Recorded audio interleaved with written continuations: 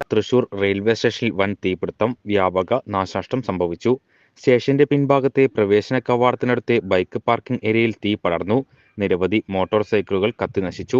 തീ സമീപത്തുള്ള ഒരു മരത്തിലേക്കും പടർന്നു. പ്രദേശത്ത് പാർക്ക് ചെയ്തിരുന്നത് 600-ലധികം ബൈക്കുകളായിരുന്നുവെന്നാണ് പ്രാഥമിക വിവരങ്ങൾ. സ്റ്റേഷന്റെ രണ്ടാമത്തെ ഗേറ്റിനടുത്താണ് സംഭവം. 2 മോട്ടോർ സൈക്കിളുകളിൽ ആദ്യം തീ പടർന്നതായും പിന്നീട് പെട്ടെന്ന് പടർന്നതായും വിവരങ്ങളുണ്ട്. സമീപത്തെ ടിക്കറ്റ് കൗണ്ടർ തീപിടുത്തത്തിൽ പൂർണ്ണമായും കത്തിനശിച്ചു. പാർക്ക് ചെയ്തിരുന്ന ഒരു പരിശോധനാ വാഹനവും കത്തിനശിച്ചു. തൃശൂർ, ഒല്ലൂർ, സമീപപ്രദേശങ്ങൾ എന്നിവിടങ്ങളിൽ നിന്നുള്ള ഫയർ ആൻഡ് റെസ്ക്യൂ യൂണിറ്റുകൾ സ്ഥലത്തെത്തി തീ നിയന്ത്രണ വിധേയമാക്കി. മന്ത്രി കെ രാജൻ, കേന്ദ്രമന്ത്രി സുരേഷ് ഗോപി തുടങ്ങിയവർ വിഷയത്തിൽ ഇടപെട്ട് സ്ഥിതിഗതികൾ വിലയിരുത്തുന്നുണ്ട്. തീ നിലവിൽ നിയന്ത്രണ വിധേയമാണെങ്കിലും പാർക്കിംഗ് ഷെഡ് പൂർണ്ണമായും കത്തിനശിച്ചു.